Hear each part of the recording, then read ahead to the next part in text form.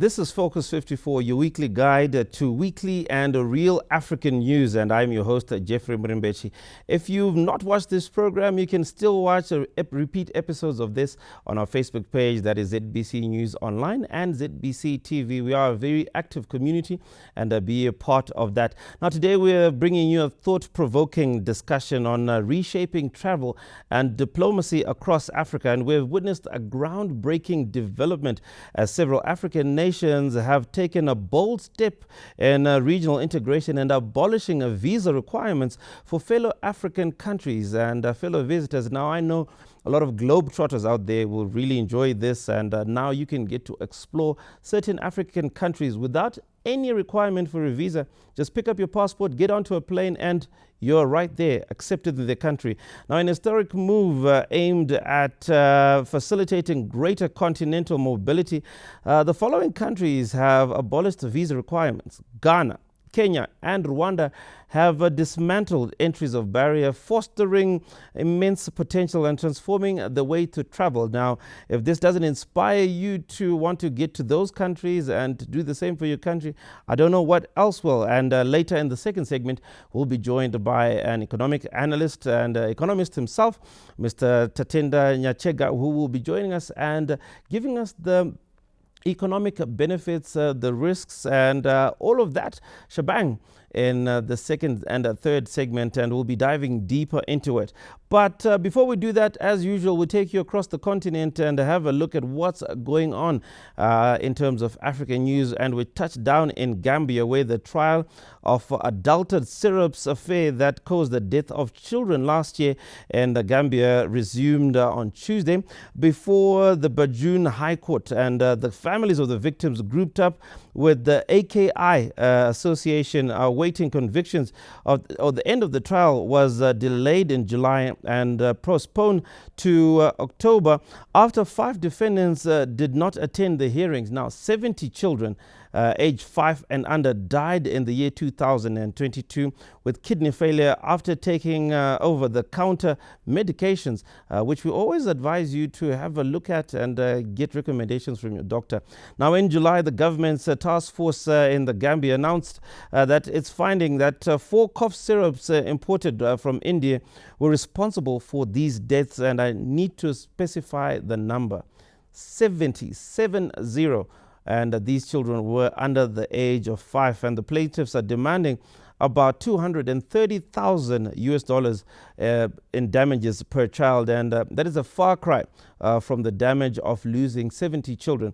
Now we go still closer to the region is Nigeria, where a 43-year-old man was shot dead in Nigeria's Bauchi state while testing a bulletproof charm, according to police spokesman. Now, the traditional healer who had fired shots to a local man was arrested after with 2 others, while additional suspects remain at large. And this might sound like it's scripted from one of those Nigerian movies that we watched, but it's a real thing. They believed so much in this traditional healer that they got to a point where the traditional healer and 2 others actually tried to fire shots directly at him. But I guess in Shona we say Mudzimu wa Murasha, and that's exactly what happened. And we also say to you that please be cognizant of some of the advice and the things that you believe in. And still within the region, Zimbabwe and South Africa, among the African countries, calling for an immediate ceasefire in the Gaza war. And this is news that is coming out, and it has been a month since Hamas militants stormed into the Gaza border with the deadliest attacks in Israel's history, killing 1,400 people, mostly civilians, and kidnapping 239 others, according to reports. And according to Israel officials, the Israeli operation launched responsible for the attack has so far killed 10,000 people in Gaza, and 40% of these victims being children. War is a very ugly thing, and we don't condone violence anyway. And that is what is going on in terms of regional news. Please do stay tuned for the second segment. We'll be diving deeper into the issue of a free visa and no visas required in African countries.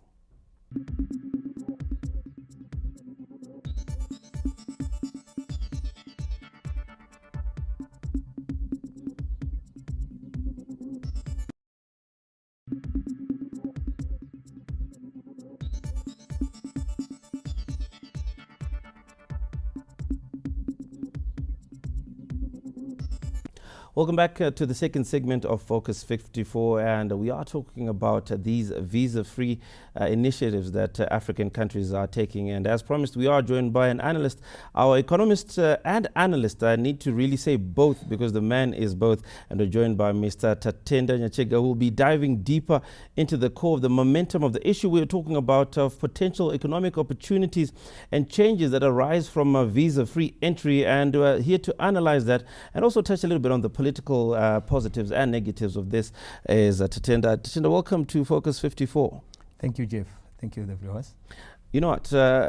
Social media is full of a lot of fake news. And when I saw the news and then I saw the clip with President Kagame coming through and saying that all African countries are allowed into the country, I was wowed. As an economist, what does that mean in the very most basic term? All right, thank you, Jeff.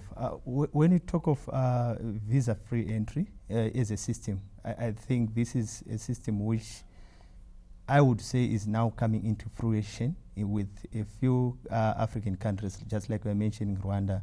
I think we also have other countries which are also maybe in the early stages of considering visa-free entry within the region. But this is not something that we would say it's new, because we also have other regions, like when you talk of the European Union, they have already been doing that, or they have that facility or that system in place. So what does this mean? What it means is in terms of looking at the economic factors or implications of it, we are talking of the issues of tourism and even facilitation of trade. Currently, we are in a period where there's huge hype around the free continental trade, the African free continental trade. So once you talk of the visa-free, to me that sounds or that spells some stages towards an African continent where we have got free borders or open borders, and that would definitely facilitate trade. And once you talk of facilitation of trade, then we can talk of investment, we can talk of job creation. Those are some of the benefits that are associated or that come with visa-free entry systems within the continent. Now, you sound like you're also talking at a macroeconomic level. Let's talk about the micro, where there's Jeff, Tatenda, Tendai, Fadzai, Rutendo, and all of these people.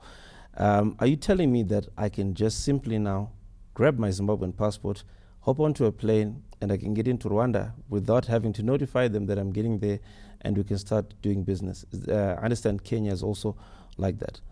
Sure. So what visa-free system means is we have got some countries in the region which have been requiring, let's say a Zimbabwean is coming from Zim and is going to Rwanda or maybe to another West African country, then as one of the requirements for one to enter into that country is that there should be a visa, or you have to process a visa for you to access that country. Then the coming in of a visa-free system, then it means someone who is coming from Monde Valley, or someone who is coming down from Chipinge, or someone who is just an ordinary citizen can, as long as he or she does have a passport, then can easily access Rwanda, can easily access Kenya, and some of those countries that will evolve in terms of visa-free or adopting the visa-free system. So yeah, just like you're asking, that simply means every person or every single person that have got the necessary document, like we are talking of a passport, can visit any country without any other technical restrictions and do business. Now, there are two mantras that were used by two countries to market themselves and invite people, especially foreign direct investors. I understand that those that support Arsenal have Visit Rwanda on the side. They have a total campaign on that. Zimbabwe, through the Second Republic, also had Zimbabwe's Open for Business. Now, let's talk about FDIs and these free visa policies that are now being implemented. How does this affect foreign direct investments, and how can we also take advantage of these FDIs? All right. So looking at free visa systems and the issue of foreign direct investment, then we are saying definitely the system or the free visa system enhances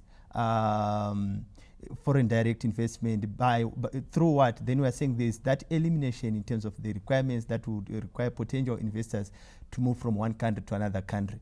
But to frankly say it, Jeff, I think when you talk of foreign direct investment, it's a component of so many factors. In as much as I would appreciate a free visa system to enhance foreign direct investment, but definitely there are other aspects or other components which come into play. And when we are talking of this foreign direct investment, you are looking on the rate of return or return on investment. You are looking on the political stability of any economy. You are looking on issues to do with sectoral analysis, or what different sectors offers. So those are different components which come into play when you talk of foreign direct investment. So to specifically or outrightly say that the free visa system will definitely have a huge impact in terms of FDI. Yes, it enhances because we have removed some barriers, maybe which could have been a hinge or maybe a constraint in terms of receiving foreign investors into any other country. How about if I give you a task and we talk about maybe the mining sector? We all know, in economics that there's that huge route that goes all the way from Cape Town or from Durban all the way to the DRC. With free visa agreements, how will logistics investors and mining investors in that value chain benefit from a truck having no hassles all the way from the DRC straight to Cape Town, past Zimbabwe, Zambia, and even Tanzania? So looking at it from that perspective, yes, that's why I said the free visa entry system somehow enhances the element of foreign direct investment, and it actually facilitates intra-regional trade, because then we are talking of a removal of some tariff barriers and even some non-tariff barriers, which could actually be hindering the whole process in terms of investment or in terms of operations of investors within the region. But however, just like I've highlighted, there are other issues. We are talking of the regulatory frameworks. Definitely a free visa entry system doesn't remove the regulatory systems that exist within a specific country, to say maybe Zimbabwe. There still remain some bottlenecks which will need attention in order maybe to make the continent even a better or maybe a less risk in terms of investment.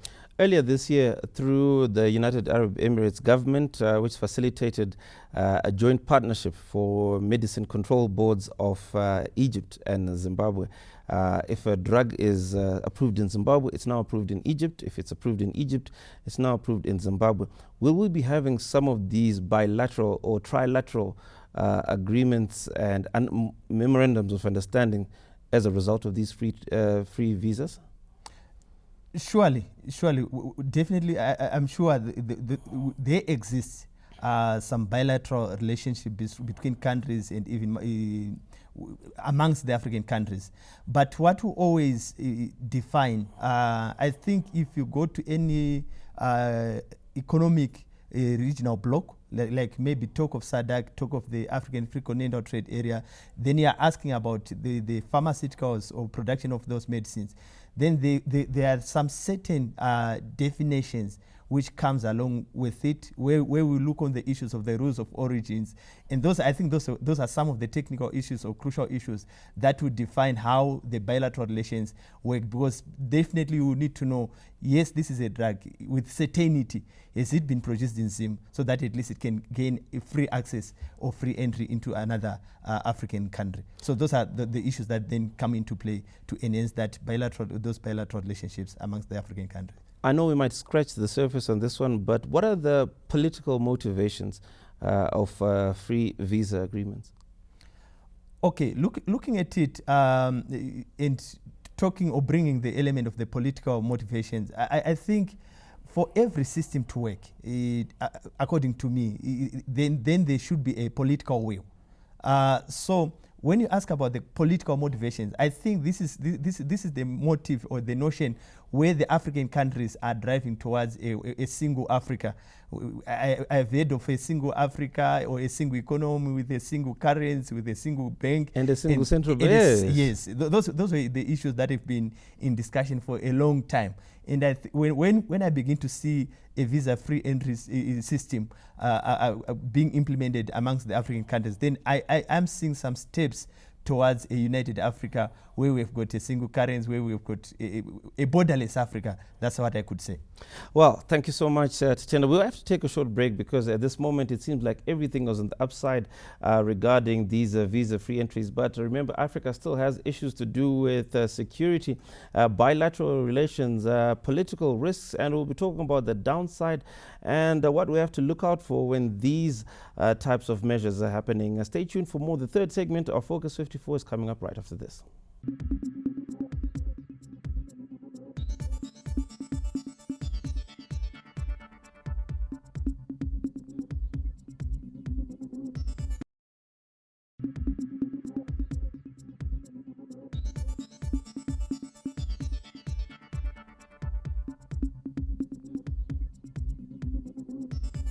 Thank you once again for joining us for the third segment of Focus 54. We are talking about visa-free agreements stemming from a huge announcement from Rwanda and among other countries that have announced that all Africans or holders of African passports are now welcome without any question, without any application for visas. And in studio, I am still joined by our economist and economic analyst, Tchenda Nyachega. Tchenda, we did talk about the upside, how great this one Africa and this new African consciousness is going to be like, or how it is.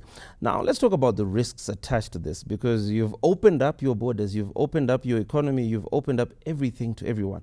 What is the downside and what are the risks that are involved with this kind of thing?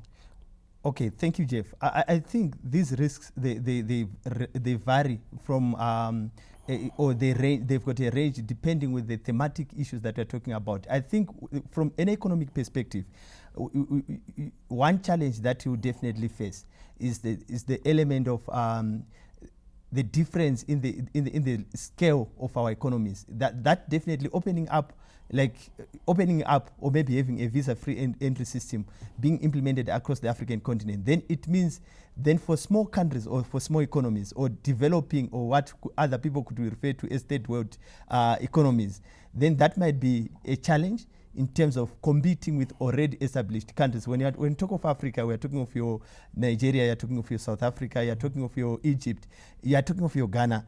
Those are already big economies, which would definitely ride in terms of you end up having challenges where some big economies will be dumping what they deem unnecessary in their economies into those smaller places like economies. Djibouti and places like that. Something like that. So if we bring it regionally, look, we in the second segment, we did talk about the European bloc, and they use the euro. Do you think that just look at, let's say, East Africa and Southern Africa, do you think that in a very short space of time we might have a regional currency that is accepted?